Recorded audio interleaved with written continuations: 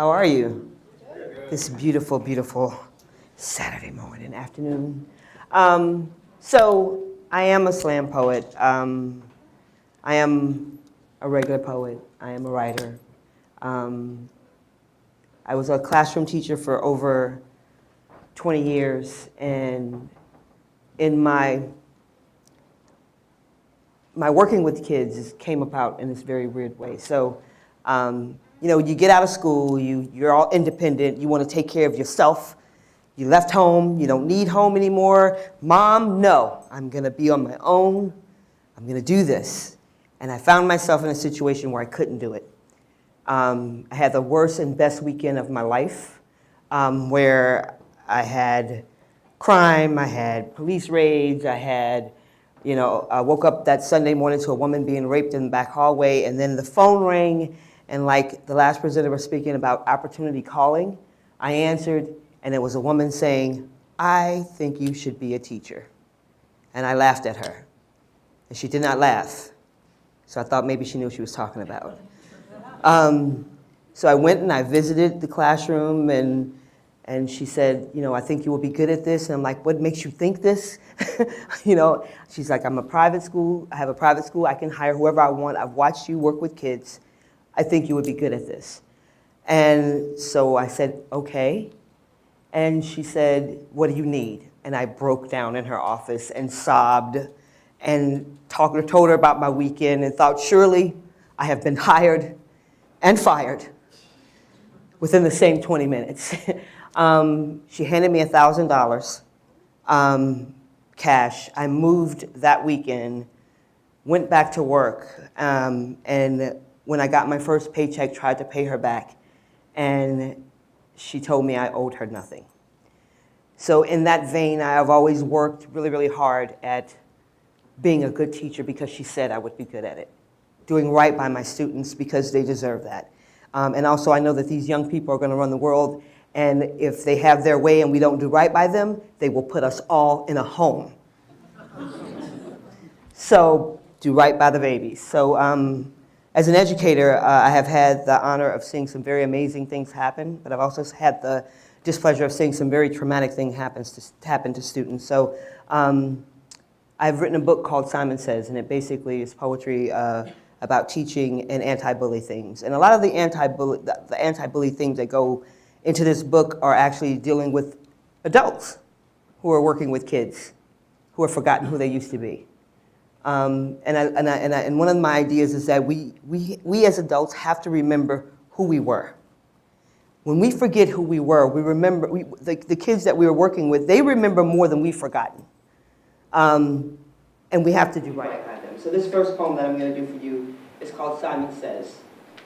All the stories in this poem, unfortunately, are true. And I'm hopeful that we, as a collective community, you know, will be able to change how our life. When you were all arms and awkward intention, aggression wrapped in a barbed wire heart, when you were minx and sass, teeny bopper, borderline juvenile delinquent, when the closest you wanted to be to other people was way over there, when your body turned battlefield, bones aching, tonal war of vocal cords, when you didn't know where you fit, but you wanted to so badly, you buried whatever you thought could be held against you in the backyard next to G.I. Joe and Barbie. And this is the part of the poem where I need you to remember who you used to be, so you can fully understand, appreciate what happens next. For the 6th grade science teacher, who after a female in his class asked to be excused twice during his lesson, felt it was appropriate to announce to her classmates that it must be her time of the month. Before your statement, science was her favorite subject. She was going to cure cancer, return renegade memories to Alzheimer's patients. She hates science now. And what I think she really means is that she hates you. But the cause and effect of your forked tongue has left her casualty, period. And for the 7th grade English teacher, it was them saw fit to suspend a 13-year-old boy for 3 days because the wind blew at the wrong time and things became a wreck. Now she doesn't understand why he won't talk to her, why he is so cautious in her classroom turned minefield. He is silent. So there's the one thing he can control. And since you seem determined to punish him for the things that he can't, why would he give you more ammunition? He is cautious because you have turned enemy camp. And now you want to scream zero tolerance. Like that's synonymous with hijack your own common sense. I have zero tolerance policy in my classroom talk during one of my tests.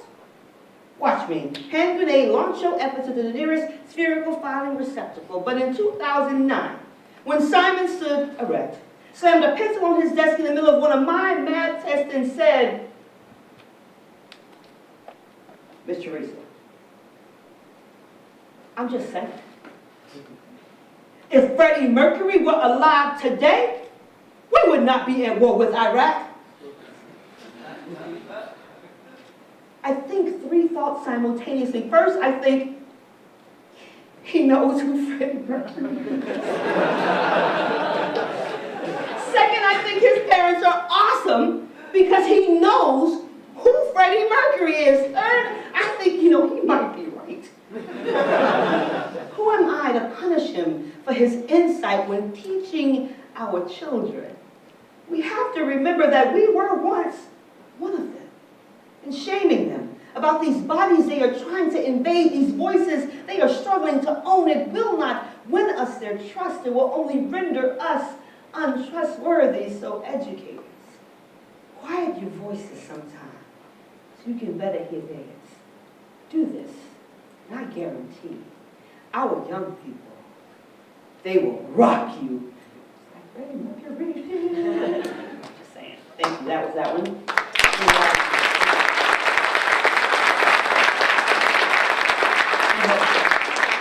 So all of my adult life, I have been in the service of children, either raising them, teaching them, or both. I've been their mentor, I've been their mentee. They have taught me things that I wish I could erase from existence, but it's in there. I just have to hope it all goes well at the end.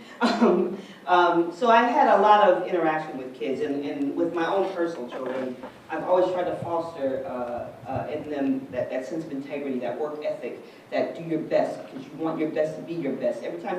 Anytime you do anything, you want your best face forward, But I want you to understand and learn the nuances that is this world you come into without an instruction manual. What's up with that? You should be born and the book should be there. It's not there. You have to kind of figure it out as you go. But I also want them to maintain that innocence that they have, that eye for wonder, that belief that a wish can come true, and that your wishes can come true, then that wish is built up for somebody else who needs it more immediately than you do, but to keep believing in that. And so my mom did this really bad thing when my kids were all young, when all the kids are young, break. So my mother did this with my kids, and it would get to the point where it was like, this is too much. You have 10 grandchildren. Nobody knows when their birthday is. Nobody.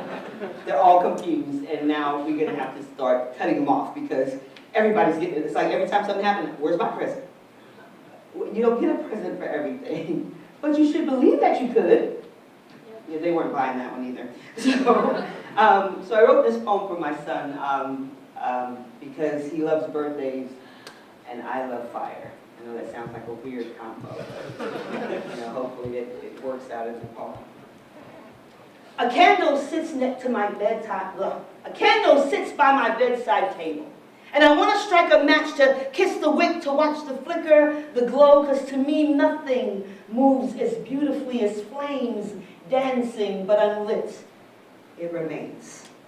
I've owned it for more than 8 years, earth-toned inspiration, waiting to be realized, waiting for a spark from me, but it remains unlit. You see, I have a son, Zion. He is this amazing man-child who reminds me of me. He's smart. He's funny. Okay, he is a little twisted. He got that honestly. But at the age of 4, he was conditioned to believe that a lit candle meant a party, and not just any party, a birthday party, and no matter the month. The birthday had to be his, so in good conscience, I couldn't light it. I'm a mom. Imagine the guilt if lit and blown out when the smoke clears. There is no cake. And even though it remains unlit, it brings me comfort. Rotund, it sits by my bedside table bearing 3 winks at fear, yet await my flame. Sometimes when my Zion sleeps, I watch him. He's beautiful. And in my heart, I light a wick. And in its glow, I can feel it stoke the fire in my belly, and it burns. Restoration, I light another. And in its glow, I can see my Zion in the future. I look forward to those days. I light the third. And transfixed by the synchronized movement of flames, dancing to the rhythm of his breathing, I know he is perfect. And I want to be just like him should I ever choose to grow up. I want to be held in that innocence. I want to be cradled in that 4-year-old logic that says, so Ma, why do I have to take a bath? I mean, you do know I'm just going to get dirty again. And I want to be rocked in the security of knowing that everyone loves me because that is what love means. And I want him to hold on to that. Before this world tries to extinguish his brilliance, and I toss the thought up as a prayer where it morphs into hope and then a wish. When I blow out the flames and the smoke clears from my Zion, let there always, always be cake.